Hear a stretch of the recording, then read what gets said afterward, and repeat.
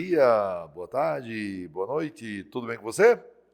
Tio Valtenberg, de novo no pedaço. Bom, senhores, eu tenho aqui em minhas mãos uma questão do Enem 2012, segunda aplicação. Vamos ler o texto para ver do que trata. Primeira coisa que eu recomendo, qual é, gente? Olha, eu já fui lá na fonte, ver qual é a fonte, olha. A fonte do texto ajuda, né? Isso, eu vi que é um texto do Fernando Gabeira, Carta sobre anistia, entrevista do Pasquim, do jornal Pasquim, conversação sobre 1968. Fernando Gabeira, ele foi um guerrilheiro, né? Hoje ele é jornalista da Globo News, quer dizer, eu acho que ainda é, né? Vamos lá. Então, veja o texto. Do ponto de vista político, achávamos que a ditadura militar era a antessala do socialismo. E a última forma de governo possível às classes dominantes no Brasil. Diante de nossos olhos apocalípticos, ditadura e sistema capitalista cairiam juntos num único e harmonioso movimento. A luta especificamente política estava esgotada. Caramba, vou também. Que história é essa, cara? Pois é, eu explico já o que ele quis dizer com esse texto. Vamos ver o comando na questão. Diz assim, ó. Compartilhando da avaliação presente no texto, vários grupos de oposição ao regime militar dos anos 60 e 70 lançaram-se na luta política seguindo a estratégia de quê? Então, gente, você vai ter que lembrar de uma coisa, olha, o que aconteceu? Vou ter ditadura militar, vamos lembrar só as besteirinhas aqui? Ditadura militar, ela vai de quando a quando? A ditadura vai de 1964 a 1985, né? São 21 anos de ditadura militar, 64 a 85. Quem foi o primeiro presidente da ditadura militar? Castelo Branco. Castelo Branco. Só que Castelo Branco era um moderado, né? A gente diz que ele é um moderado, ou seja, ele prendia, batia, mas batia pouco, menos, né? Do que os dois do Linha Dura, né? Tem um grupo de indivíduos chamados Linha Dura. Castelo governou o Brasil pelos primeiros 3 anos, né? 64 a 67. Então, Castelo, ele era considerado o quê? Ele era considerado um moderado. Moderado. Tá? Muito bem. Aí depois vem a desgraça. Costa e Silva, que vai governar o Brasil de 1967 a 69, né? Lembrando que ele vai morrer, por isso que o mandato dele é tão curto, né? E Walter Megui, ele não é moderado, ele é do grupo chamado Linha Dura, tá? E no governo de Costa e Silva, a gente não pode esquecer, né, do grande movimento que teve contra a ditadura, que foi a chamada passeata dos 100 mil. A passeata dos 100 mil. Também isso foi no Rio de Janeiro, 1968, Rio de Janeiro, passeata dos 100 mil, junho de 68. Foi a maior manifestação popular contra a ditadura militar, reunindo principalmente jovens, estudantes, artistas, pessoas da classe média alta, algumas pessoas arrependidas de terem apoiado o início da ditadura, tá? Então, foi Costa e Silva. O que aconteceu, gente? O clima foi ficando tenso no país e no final deste ano de 68, o presidente da República decreta o famoso AI-5, lembram? Ato Institucional de número 5, que vai representar o apogeu da ditadura. E nesse apogeu da ditadura, as manifestações de rua, a exemplo da passeata do 100 mil, estavam proibidas. Ninguém mais poderia sair às ruas fazendo protesto. Só que o desgraçado morre e quem vem no lugar dele? Vem o Médici. Vem o Médici. Walter Médici vai governar o Brasil de 1969 a 74.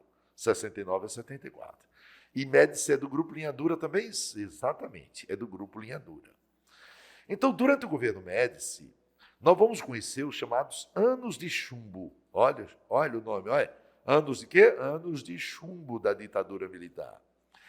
Então, como muita gente não podia mais sair às ruas, o jeito foi recorrer a movimentos guerrilheiros. Então, Walter, bem no apogeu da ditadura militar, vão surgir o quê? Vão surgir vários grupos guerrilheiros pelo Brasil. E Fernando Gabeira foi um deles. Fernando Gabeira, Dilma Rousseff, né? Então, nós temos grupos guerrilheiros. Não eram poucos, não? Não, o Brasil chegou a ter mais de 30 grupos guerrilheiros. Impreterivelmente, esses grupos guerrilheiros, eles são de esquerda. Eles são de esquerda, tá? Então, se eles são de esquerda, então eles lutam em defesa do quê? Em defesa do socialismo. E eles acreditavam que iam tomar o poder, por isso que diz o Fernando Gabeira no texto.